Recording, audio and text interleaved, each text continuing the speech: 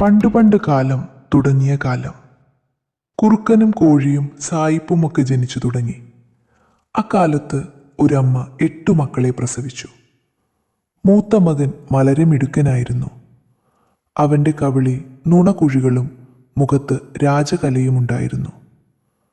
ഒരു വ്യക്തിയുടെയോ സ്ഥലത്തിൻ്റെയോ വസ്തുവിൻ്റെയോ സ്ഥാനത്തു നിന്നുകൊണ്ട് എന്തും ചെയ്യാനുള്ള ശേഷിയും ത്രാണിയും അവനുണ്ടായിരുന്നു.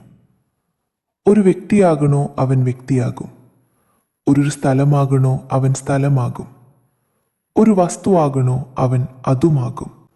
അവൻ അത്രമൊരു ഇന്ദ്രജാലക്കാരൻ. അവൻ്റെ തുടുത്ത മുഖത്ത് നോക്കി അമ്മ ആഹ്ലാദം കൊണ്ടു. തൊട്ടിലിൽ കിടത്തി താരാട്ടുപാടി ഉറക്കി. 28 ദിവസമായപ്പോൾ അവന് നാമകരണം ചെയ്യേണ്ട സമയമായി.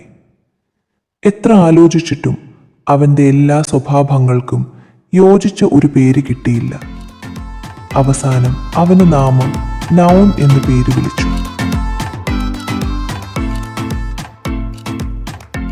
അമ്മയുടെ 8 മക്കളിൽ മൂത്തവനായ നാമം മിടുക്കനും കൊള്ളാവുന്നവൻ ആയിരുന്നെന്ന് പറഞ്ഞല്ലോ.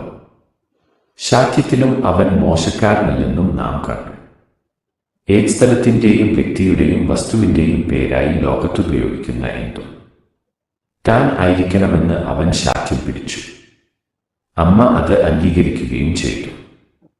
അങ്ങനെ ഏത് വ്യക്തിയുടെയും പേര് ഉദാഹരണം രാജൻ, ഏത് സ്ഥലത്തിൻ്റെയും പേര് ഉദാഹരണം കൊച്ചി, ഏത് വസ്തുവിൻ്റെയും പേര് ഉദാഹരണം പെൻസിൽ എല്ലാം നോൺ എന്ന പേരിൽ അറിയപ്പെടാൻ തുടങ്ങി.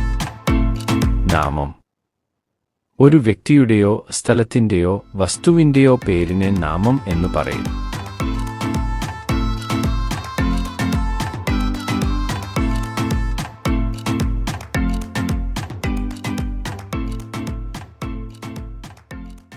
Noun.